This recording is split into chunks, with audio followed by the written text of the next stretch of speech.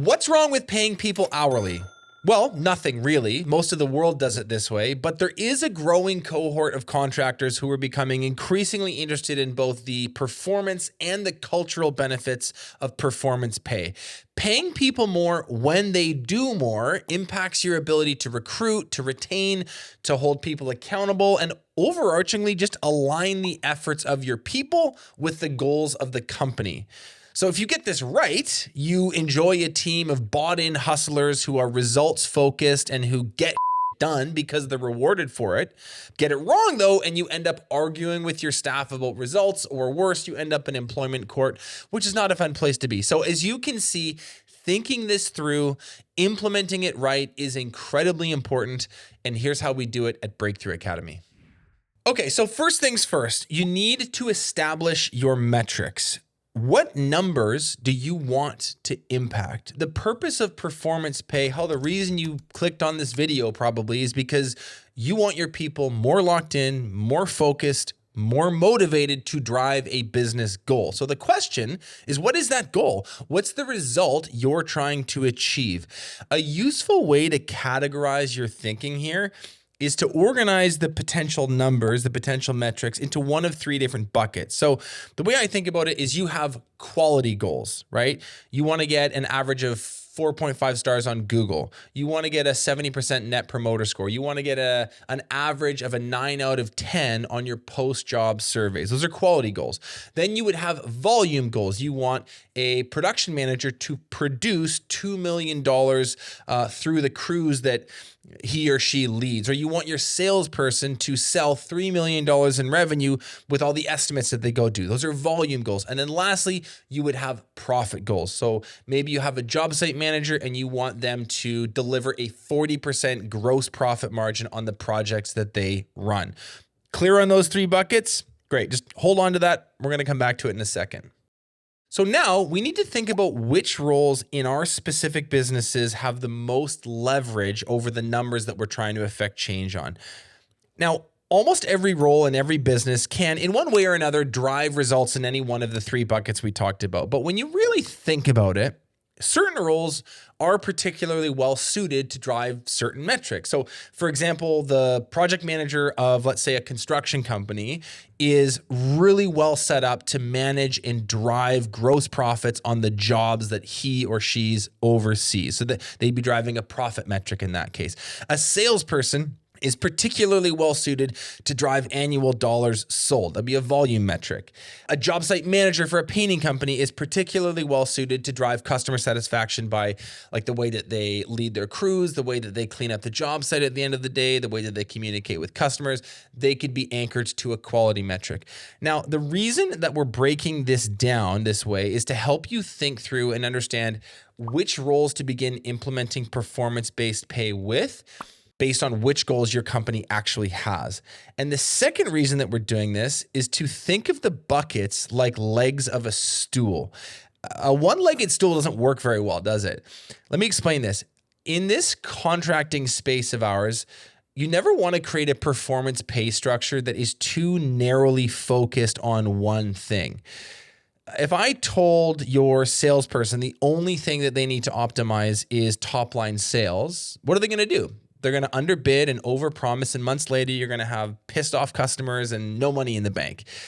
Another example just to round this out would be like if we told your painting crew leader to only maximize quality and customer satisfaction, they're going to spend so much time and effort making the customer happy, they won't be productive enough to drive profitability. So my point in explaining all this is for most roles, you're gonna wanna anchor their performance pay or their bonuses on 2 or ideally 3 metrics to achieve that balance that we're talking about. So they're not over-indexing on one at the cost of all the others.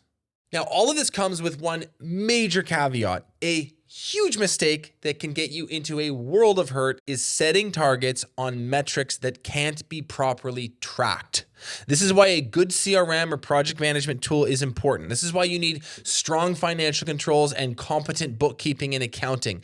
Solid tracking and measurement is a prerequisite for performance pay. So if you, as you watch this, feel in your heart of hearts like, man, my tracking just isn't that dialed yet, pause this video and go watch one of our other videos on CRM implementations or financial controls, because if you don't have an objective, data-driven, single source of truth, you're going to spend a whole bunch of time arguing with your team over what results actually happened, and then a whole bunch more money on lawyers after that. Okay, with all of that out of the way, it's time to choose a compensation model. So let's talk about the different types of performance pay. There are three main types of performance pay models. There's bonus packages, there's commission or piece rate, and then there's strategic compensation plans. We go over all of this, by the way, in much more detail, including more examples in our compensation and incentives quick tool. And you can download that using the link in the description below this video. It'll just help you get started on the implementation part of this. Let's talk about bonus packages. Bonus packages are performance pay models where a predetermined amount is added to a base salary that if certain results are achieved, it gets paid out. And it's usually paid out quarterly or at the end of the year. So for example, you pay your painting estimator $50K base, and then you leave another $50K available in bonuses based on how many dollars they sell and the gross profit that gets achieved on the projects that they estimate. It's actually really fun to get creative and start engineering bonus packages. But when you're deciding how much to split between base and bonus, a few rules of thumb. We generally advise doing a range between 50-50 up to about 70-30. If only 10% of someone's available pay is based on performance, it's going to have a pretty minimal impact. Next is commission or piece rate. A commission or piece rate plan is a model where all or the vast majority of the pay is based purely on performance. So there's no guaranteed baseline, but in many cases, there's no ceiling either. And these usually work best when the person in the role has a lot of control over whether or not they hit their goals. Think about it, right? Like if an employee can't be reasonably expected to hit the targets that you set to make a decent living, or they maybe don't have as much control over the output as they need, they're not going to stick around for very long. So a good example of this would be in the roofing and solar industries. All of their salespeople are, for the most part, completely commission. Piece rate, on the other hand, is most commonly used with subcrews. You negotiate a set rate for an amount of work, and then they make more by doing that work faster so that they can get on to the next job, and all of that aggregates. So that's roughly how a piece rate system works. Lastly is strategic compensation plans. A strategic comp plan is used to attract, retain, and grow those higher level employees for a business by aligning their job performance with company goals. So these models are typically best for C-suite employees, managers, directors, leadership teams. And examples of this might include something like a profit sharing system, or in some cases, full-blown equity in the company. Now, if you want to go deeper on these models and a bunch of other stuff related to performance pay, there is a really, really great episode that we did with Shane Bannerman that you can find on this channel. Okay, so the third step of the process is to get it in writing. For each role, you need to create an employment agreement that outlines what you decided on in steps 1 and 2. On top of a description of the role, deliverables and accountabilities, and all the good stuff that goes into a good employment agreement, you need to very clearly write out both their base salary and their performance pay. When describing the performance pay part, these targets that you set, they need to be SMART goals. You know that acronym. They need to be specific, measurable, achievable, relevant, and time-bound. We'd also recommend clarifying and agreeing to what tool or system is going to be used to track the metrics, because in many businesses, there are sometimes different softwares that can track similar metrics, and that can create overlap and confusion and fighting later on. Some examples of well-structured performance pay plans in employment agreements. So, okay, for a production manager, a $5,000 bonus will be available for hitting $1 million in revenue produced, followed by an additional $5,000 bonus when $1.25 million is produced, to be paid out at the end of the year. For a salesperson, 8% commission on dollars sold after expenses, to be paid out when a client pays their closing amount after job completion. Or maybe another example for a marketing manager, a $5,000 bonus will be paid out upon completion of the website update project.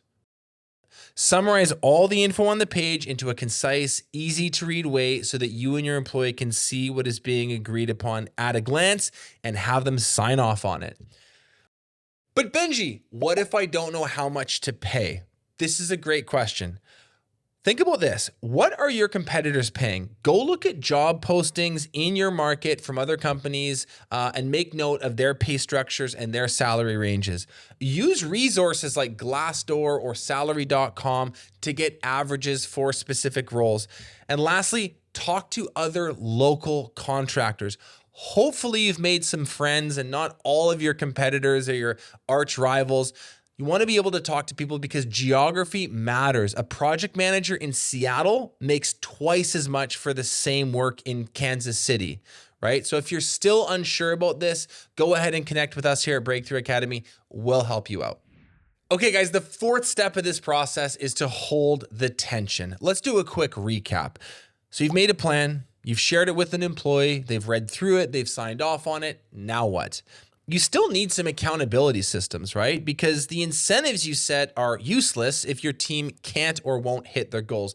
And no matter how cleverly you craft their compensation plan, believe me, people still need to be managed. So here are a couple tips to help you do that. Number one, keep it top of mind. Don't let your team forget about their goals or the company's goals more broadly. Talk about them in meetings, talk about them in passing. We've even seen owners, and I think this is a great idea, put up physical leaderboards or show the results on TVs pinned up on the wall in the office. Make it fun, make it public so people feel like it's a team effort, and hell, a little competition goes a long way. Secondly, get people talking about it. If someone is achieving their goals and getting ahead, it shouldn't be a secret. Word of mouth within your team is a huge motivator for everyone. People want to see proof that the system works so that they can trust that their own efforts will be rewarded too. Lastly, GSRs. If you're looking for a quick win on staff accountability, this is it. Start holding regularly recurring goal setting and review meetings with your key employees. We have a ton of content on how to do that here on this channel. So that's our overview on how to create performance pay plans and get your team firing on all cylinders. Look, we know it's not easy to be responsible for other people's income, and understanding how to pay them fairly while not screwing yourself over is definitely tricky. So if you want to get help implementing all of this with a world-class business coach, you can check out Breakthrough Academy by clicking the link here. We systemize contracting businesses for growth, and we're already working with over 600 contractors just like you.